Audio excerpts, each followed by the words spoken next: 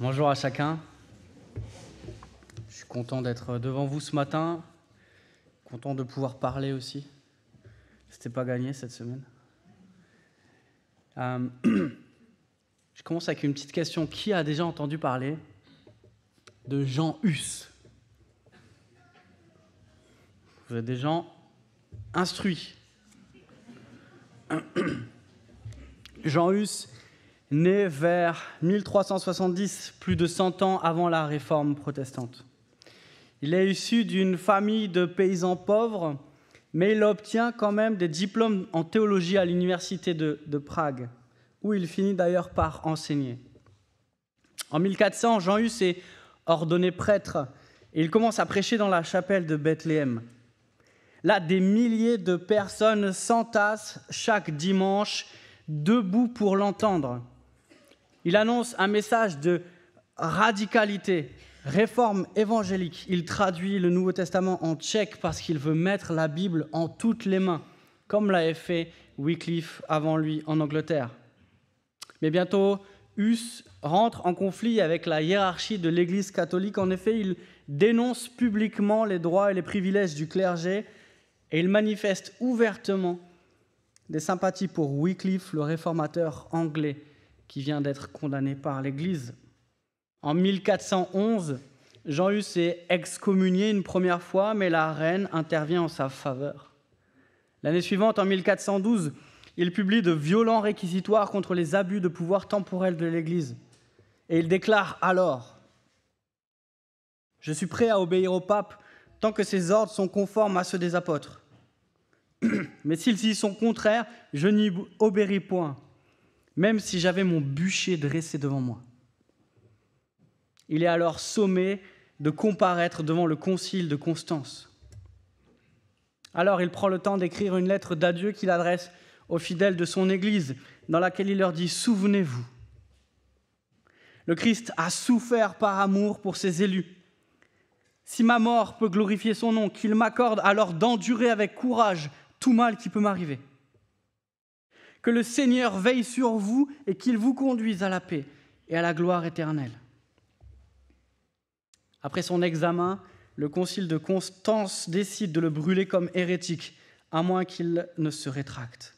Peu de temps après, le concile envoie 4 évêques et 2 seigneurs pour le forcer à se rétracter à la prison. Mais Hus leur répond qu'il m'envoie la moindre personne du concile qui pourra me convaincre par argument de la parole de Dieu et je lui soumettrai mon jugement.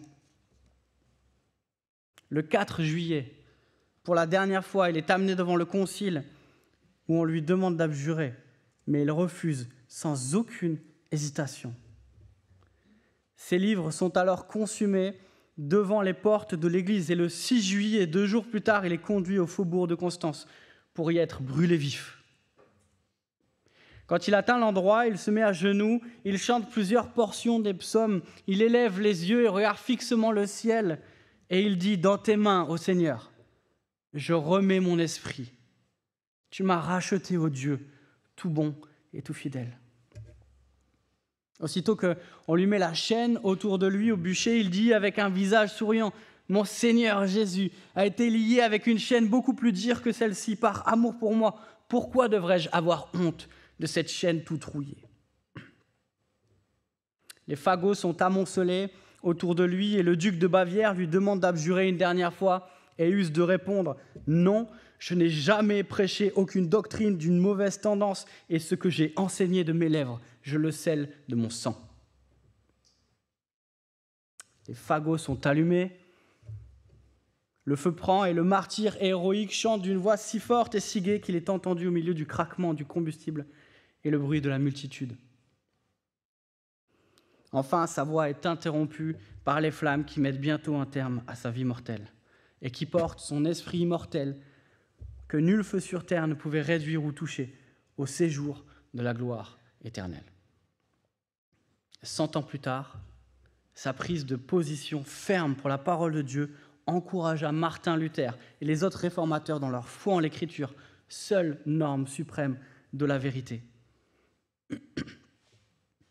La résolution de Jean Hus et celle de milliers d'autres chrétiens après lui, qui ont refusé de plier sous la menace et d'abandonner la vérité de l'Évangile, forment la trame de l'histoire de l'Église. L'histoire de l'Église a été écrite avec le sang des martyrs. Et le premier à avoir payé pour la vérité de l'Évangile dans le livre des Actes que nous suivons dimanche après dimanche, c'est Étienne en Acte 7. Et bientôt, Paul, qui était présent à la lapidation d'Étienne, va emprunter le même chemin que lui. Je vous invite à ouvrir vos Bibles. Nous lisons ensemble dans Actes au chapitre 21. Du début du chapitre jusqu'au verset 16.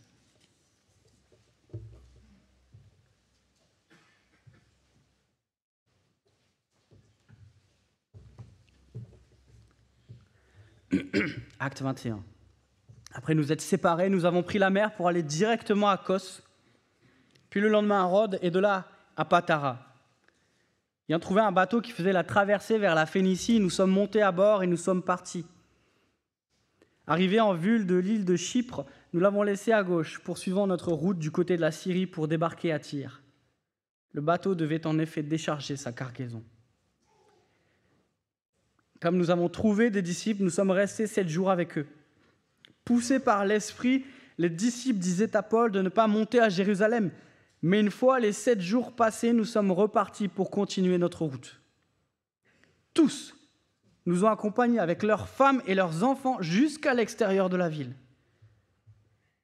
Nous nous sommes agenouillés sur le rivage et nous avons prié. Puis après avoir pris congé les uns des autres, nous sommes montés sur le bateau tandis qu'ils retournaient chez eux.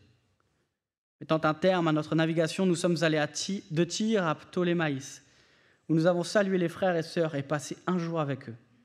Nous sommes repartis le lendemain pour Césarée. Là, nous sommes entrés chez Philippe l'évangéliste, qui était l'un des 7, et nous avons logé chez lui. Il avait 4 filles vierges qui prophétisaient. Nous étions là depuis plusieurs jours lorsqu'un prophète du nom d'Agabus est descendu de Judée et est venu nous trouver. Il a pris la ceinture de Paul, s'est attaché les pieds et les mains et a dit « Voici ce que déclare le Saint-Esprit. L'homme à qui appartient cette ceinture, les Juifs l'attacheront de la même manière à Jérusalem et le livreront entre les mains des non-Juifs. » En entendant cela, nous-mêmes et les croyants de Césarée, nous avons supplié Paul de ne pas monter à Jérusalem. Il a alors répondu « Que faites-vous là, à pleurer et à me briser le cœur ? Je suis prêt non seulement à être emprisonné, mais encore à mourir à Jérusalem pour le nom du Seigneur Jésus. » Comme il ne se laissait pas persuader, nous n'avons pas insisté et nous avons dit que la volonté du Seigneur soit faite. À la fin de ces quelques jours, nous avons fait nos préparatifs et nous sommes montés à Jérusalem. Quelques disciples de Césarée sont aussi venus avec nous et nous ont conduits chez un certain Mnason, originaire de l'île de Chypre. Il était disciple depuis longtemps et nous devions loger chez lui. Ce passage ce matin nous raconte les dernières étapes du voyage de Paul pour arriver à Jérusalem. La suite du récit, pour la plus grande partie, nous décrira ce que Paul vit à Jérusalem. Et on voit que pendant ce voyage, Paul doit faire face à de nombreuses pressions. D'abord, Paul fait face à la pression de ceux qui ne l'aiment pas. À Éphèse déjà, au chapitre 19, Paul avait formé le projet d'aller à Jérusalem. Il voulait y être pour le jour de la Pentecôte. Et après son départ d'Éphèse, il se rend en Macédoine où il exhorte les disciples. Et là, il est prêt à s'embarquer pour la Syrie, mais on lit que les Juifs lui dressent des embûches. Alors, il reprend la route de la Macédoine. Son idée, c'était d'aller directement depuis la Grèce et de rejoindre la Syrie pour descendre ensuite à Jérusalem. Mais les plans de Paul changent et au lieu de prendre le bateau depuis la Grèce, il est obligé de rebrousser chemin et de revenir sur ses pas. Il descend vers Troas, puis à Milet, où il fait ses adieux aux anciens d'Éphèse. C'est ce qu'on a vu la semaine dernière. Et aux anciens d'Éphèse, il leur dit « Vous savez de quelle manière, depuis le premier jour où je suis entré en Asie, je me suis sans cesse conduit avec vous, servant le Seigneur en toute humilité, avec larmes et au milieu des épreuves que me suscitaient les embûches des Juifs. Et ça fait des chapitres dans le livre des Actes, je ne sais pas si vous avez remarqué, mais que Paul subit les embûches. En Acte 13, les Juifs s'opposent à Paul et Barnabas et les injurient. Ils provoquent une persécution contre eux et ils les chassent de la ville.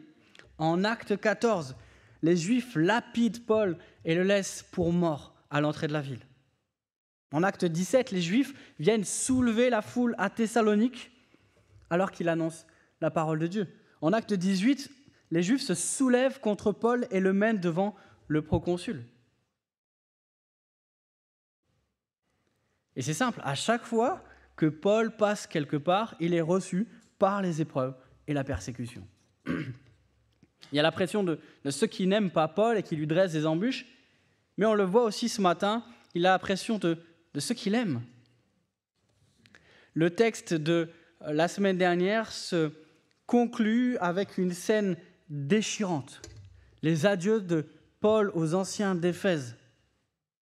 Tous ceux qui sont venus voir Paul pour lui dire au revoir, ces anciens d'Éphèse, fondent en larmes et se jettent à son cou parce que Paul leur a dit qu'il ne le reverrait plus.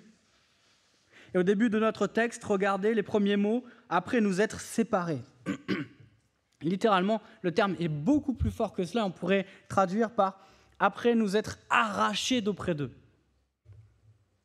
Ces adieux ici, comme avec les anciens d'Éphèse, sont un réel déchirement. Paul sait que c'est probablement la dernière fois qu'il voit ses amis. Mais il continue son chemin vers Jérusalem. Il arrive à Tyr, il passe une semaine avec les disciples de la ville, et là les disciples le prient de ne pas monter à Jérusalem parce qu'ils savent également ce qui l'attend, mais il continue sa route.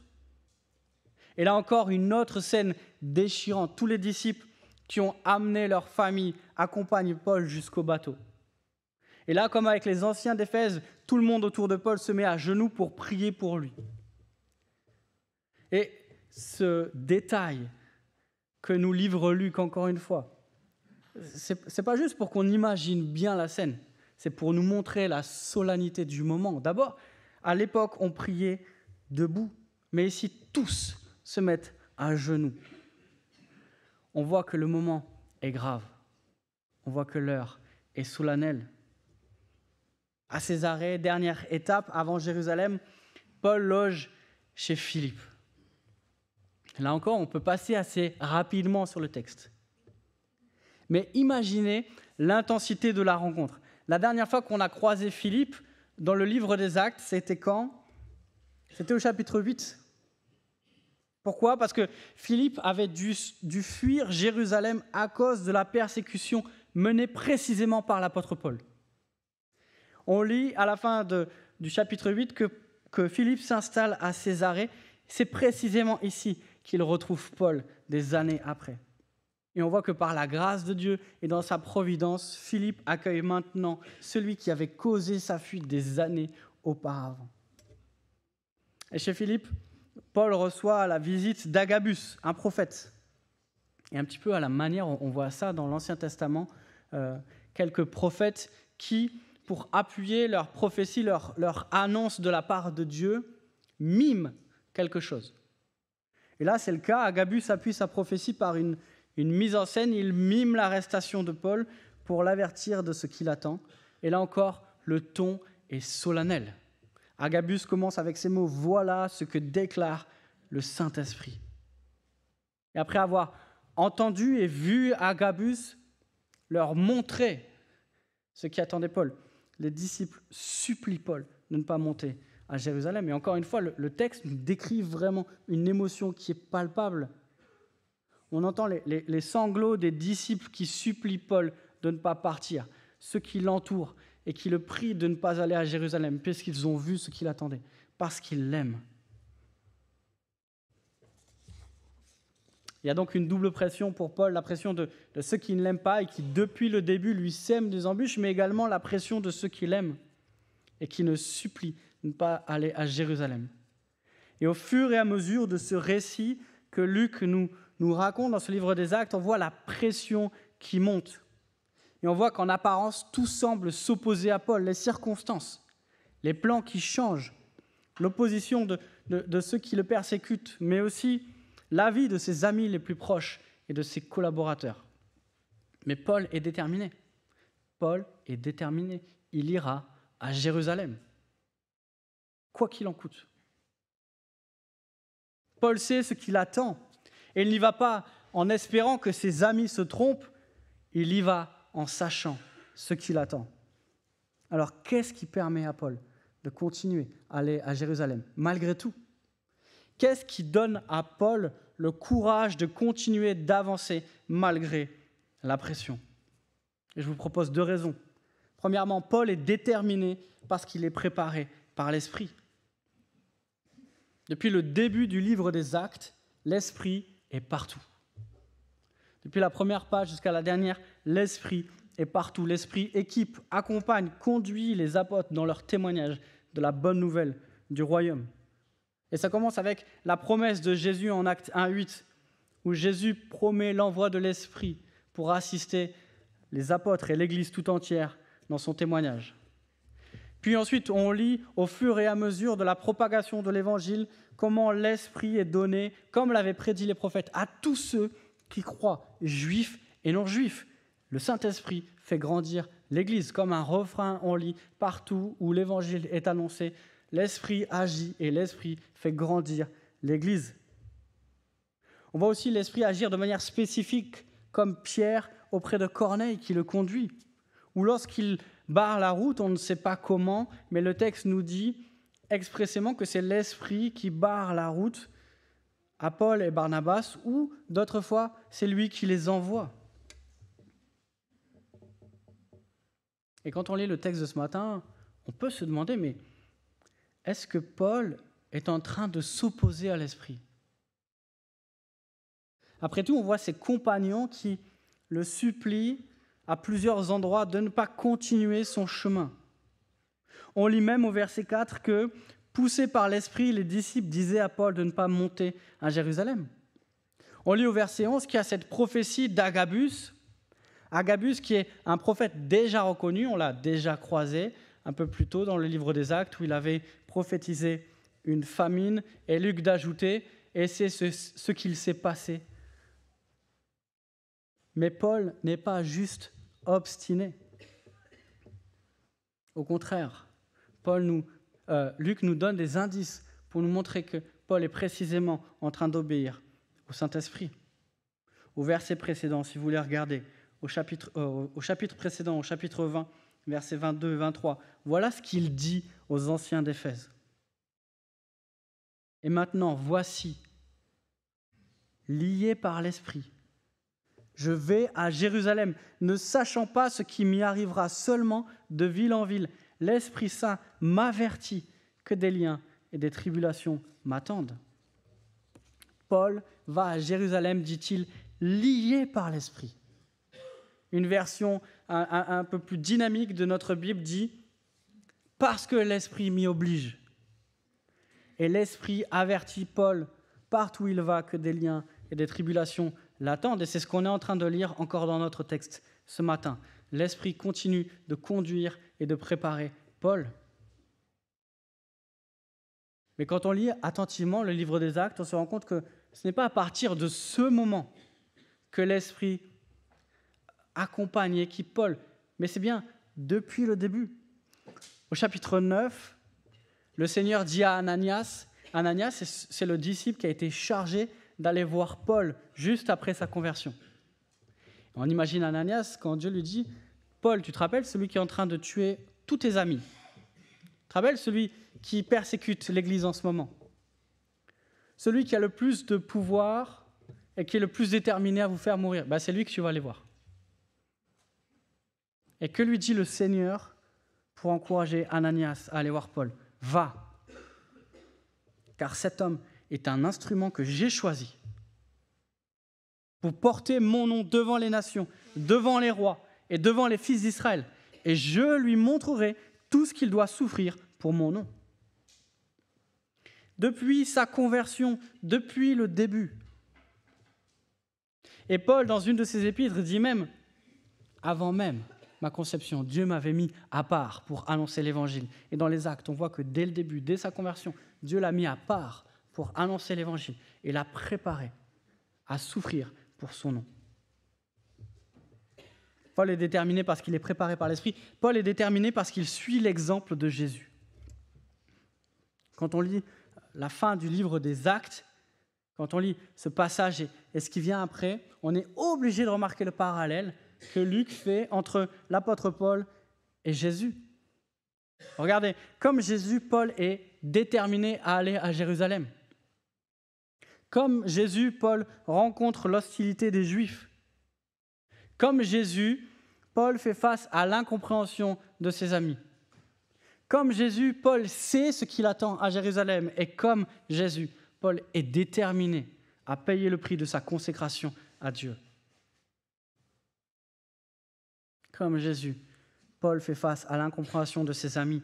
Dans l'évangile de Matthieu, nous lisons « Dès que Jésus commença à faire connaître à ses disciples qu'il fallait qu'il aille à Jérusalem, qu'il souffre beaucoup de la part des anciens, des principaux sacrificateurs et des scribes, qu'il soit mis à mort et qu'il ressuscite le 3e jour, Pierre reprend Jésus. Pierre reprend Jésus et dit « À Dieu ne plaît, Seigneur, cela ne t'arrivera pas ?» Pierre le fougueux, n'est-ce pas? Mais combien de fois nous pensons connaître la vérité de Dieu mieux que Dieu lui-même? Combien de fois, conduits par nos bons sentiments, conduits par l'affection que nous portons à ceux qui semblent s'engager dans une voie bien difficile pour le nom de Christ, qui devront faire certainement des sacrifices, voire risquer leur vie, nous disons « à Dieu ne plaise, cela ne t'arrivera pas ». Voilà ce que Jésus lui répond. « Arrière de moi, Satan. Tu mets en scandale, car tes pensées ne sont pas les pensées de Dieu, mais celles des hommes. » Et Jésus continue avec ces paroles. « Si quelqu'un veut venir après moi, qu'il renonce à lui-même, qu'il se charge de sa croix et qu'il me suive, car celui qui voudra sauver sa vie, la perdra, mais celui qui la perdra à cause de moi, la trouvera. » Paul est déterminé à suivre Jésus, quoi qu'il en coûte. Et voilà ce qu'il déclare aux disciples en larmes, verset 13. « Je suis prêt, non seulement à être lié, mais encore à mourir à Jérusalem pour le nom du Seigneur Jésus. » Malgré la pression, malgré les embûches, malgré l'opposition, malgré les injures, malgré la lapidation, malgré la calomnie, malgré les avertissements, Paul est déterminé à aller à Jérusalem. Il est préparé par l'Esprit et il veut suivre l'exemple de Jésus, mais il y a une autre raison qui explique sa détermination. Qu'est-ce qui permet à Paul d'avancer avec courage, avec détermination, malgré les embûches? Au fond, qu'est-ce qui permet à Paul de tenir au milieu de toute cette pression? Qu'est-ce qui nous permet de continuer à affirmer la vérité de l'Évangile, quoi qu'il en coûte? Qu'est-ce qui nous permet de tenir face à la pression de ceux qui nous injurient, de ceux qui nous crachent dessus, de ceux qui nous calomnient, de ceux qui disent des mensonges de nous, de ceux qui nous rejettent, de ceux qui nous mettent au banc, de ceux qui veulent nous faire du mal et qui parfois nous le font, de ceux qui veulent nous virer? La même chose qui a permis à Jean Hus de ne pas se rétracter devant son bûcher. La même chose que Paul face à sa détermination d'aller à Jérusalem. Voilà la raison. L'évangile de la grâce de Dieu. L'évangile de la grâce de Dieu. Cette bonne nouvelle que Dieu a envoyé son Fils conformément à ce qui avait été promis par les prophètes. Et que par la foi en lui, nous avons le pardon de nos péchés et que nous sommes déclarés justes devant lui et que nous sommes réconciliés avec lui. L'évangile de la grâce nous permet de tenir. C'est l'évangile de la grâce qui nous permet de dire « Ma vie est cachée en Christ. soit que nous mourions, soit que nous vivions, nous appartenons au Seigneur. Et pour Paul, l'évangile n'est pas une nouvelle abstraite. Ce n'est pas un message bien articulé qu'il annonce de ville en ville. C'est une expérience personnelle, comme l'a rappelé Roland ce matin, sur le chemin de Damas. Paul a rencontré le Seigneur ressuscité. Une rencontre qui a changé sa vie, qui l'a bouleversé. Paul persécutait les chrétiens parce qu'ils annonçaient que Jésus est le Messie. Mais on lit que juste après avoir rencontré Jésus, juste après, Paul devient aveugle sur le chemin de Damas. Paul recouvre la vue. Juste après, il se mit aussitôt à proclamer dans les synagogues que Jésus est le Fils de Dieu. Paul, qui persécutait les disciples de Jésus-Christ, est maintenant prêt à mourir parce qu'il annonce l'évangile de Jésus-Christ. L'évangile de la grâce de Dieu a bouleversé la vie de Paul. Et maintenant, Paul est prêt à perdre sa vie parce qu'il sait que sa vie est en Christ. Il était prêt à mourir pour l'évangile. Il déclare aux anciens d'Éphèse: « Je ne fais pour moi aucun cas de ma vie comme si elle m'était précieuse, pourvu que j'accomplisse ma course avec joie et le ministère que j'ai reçu du Seigneur, d'annoncer la bonne nouvelle de la grâce de Dieu. » Annoncer la bonne nouvelle de la grâce de Dieu. Et de nouveau dans notre texte, regardez au verset 13. Je répète, je suis prêt non seulement à être lié, mais encore à mourir à Jérusalem pour le nom du Seigneur Jésus. Paul considérait que sa mission d'annoncer l'évangile, d'annoncer la grâce de Dieu manifestée en Jésus-Christ était plus importante que lui. Pourquoi ? Parce qu'il avait vraiment saisi l'évangile. Parce qu'il avait vraiment goûté l'évangile. Parce qu'il était le premier à être au bénéfice de cette bonne nouvelle de la grâce de Dieu. Alors la question à 1000 € pour nous ce matin. C'est pas vrai. Si vous avez la réponse, j'ai pas les fonds. Pourquoi Luc a écrit ces choses et a inclus ce récit dans les Actes ? Pourquoi Luc écrit ces choses comme il les écrit ? Et pourquoi Luc écrit ces choses et les met ici ? Je crois que Luc met tout en œuvre pour nous monter la pression qui est en train de monter à l'approche de Jérusalem un petit peu. Il veut nous mettre dans une cocotte minute où la pression devient insoutenable pour Paul. Et où on voit par contraste que plus la pression est grande et plus la détermination de Paul est claire. Il veut nous montrer la détermination de Paul de suivre Jésus et son courage d'annoncer l'évangile, quoi qu'il en coûte. Et de manière particulière, voilà le message de ce texte qui nous concerne aujourd'hui ce matin. Dieu continue de former son peuple par la prédication courageuse de ceux qui sont prêts à mourir pour le nom de Jésus-Christ, conduits et portés par l'Esprit Saint.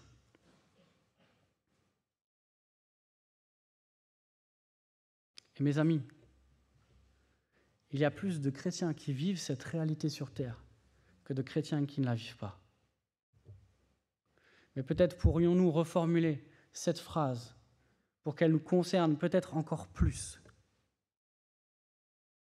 Bien que nous voulions être préparés à mourir pour son nom, Dieu continue de former son peuple par la prédication courageuse de ceux qui sont prêts à souffrir pour le nom de Jésus-Christ, conduits et portés par l'Esprit Saint. Plus de 1000 ans après, c'est le même attachement à la vérité de l'Évangile qui a conduit Jean Hus au bûcher. Et plusieurs siècles après Jean Hus, c'est encore et toujours ce même attachement à la vérité de l'Évangile qui conduit des milliers de nos frères et sœurs à mourir chaque année à cause de leur foi. Et en 2022, l'histoire de l'Église continue d'être écrite avec le sang des martyrs. Et l'exemple que nous laisse Paul ce matin, c'est celui du disciple qui prend au sérieux les paroles de son maître, celles qui nous concernent toutes, que nous devons réentendre ce matin. Si quelqu'un veut venir après moi, qu'il renonce à lui-même, qu'il se charge de sa croix, qu'il me suive, car celui qui voudra sauver sa vie la perdra, mais celui qui la perdra à cause de moi la trouvera. Paul ne cherchait pas la persécution. Paul ne cherchait pas particulièrement à mourir. Juste après sa conversion, il évangélise à Damas et on lit que les Juifs veulent le tuer. Et Paul ne va pas au-devant d'eux en disant « c'est bon, je suis là, venez ». Qu'est-ce qu'il fait ? Il s'échappe pendant une nuit dans une corbeille le long de la muraille. À Éphèse, la foule s'est soulevée contre lui et il écoute ses disciples qui lui disent alors de ne pas se présenter devant la foule. Alors pourquoi ici Paul tient à aller à Jérusalem ? Il a dit, il est lié par l'Esprit. Il va à Jérusalem pour obéir à Dieu. Et devant sa détermination, on a cette parole, cette dernière parole dans cet épisode de ses disciples qui disent, verset 14, « Que la volonté du Seigneur soit faite ». On est obligé d'entendre un écho à ce que nous relate Luc dans son évangile, face à la détermination de Jésus dans le jardin à faire la volonté de son Père, quoi qu'il en coûte, et qui dit « Père, si tu voulais éloigner de moi cette coupe, toutefois, que ma volonté ne se fasse pas, mais la tienne. » Et de manière plus générale, je crois que ce texte nous appelle à faire preuve de courage et de détermination, parce que Dieu continue de se glorifier dans la vie de ceux qui sont prêts à faire sa volonté, quoi qu'il en coûte. Et peut-être que certains, ou même plusieurs d'entre nous ce matin, sont devant un choix. Peut-être un choix que vous remettez à plus tard. Peut-être un choix pour lequel vous savez que vous avez besoin de courage. Voilà l'encouragement de notre texte ce matin. Dieu continue de se glorifier dans la vie de ceux qui sont prêts à faire sa volonté, quoi qu'il en coûte. Alors, je vous en prie, à la lumière de ce texte, faites le choix qui glorifie Dieu. Suivre Jésus est coûteux. Ce texte nous le rappelle. Ce texte fait juste écho aux paroles de Jésus quand il appelait les disciples à le suivre. Mais nous sommes prêts à payer ce prix parce que nous savons, comme le dit Paul aux Corinthiens, que nos légères afflictions du moment présent produisent pour nous, au-delà de toute mesure, un poids éternel de gloire. Je vais prier.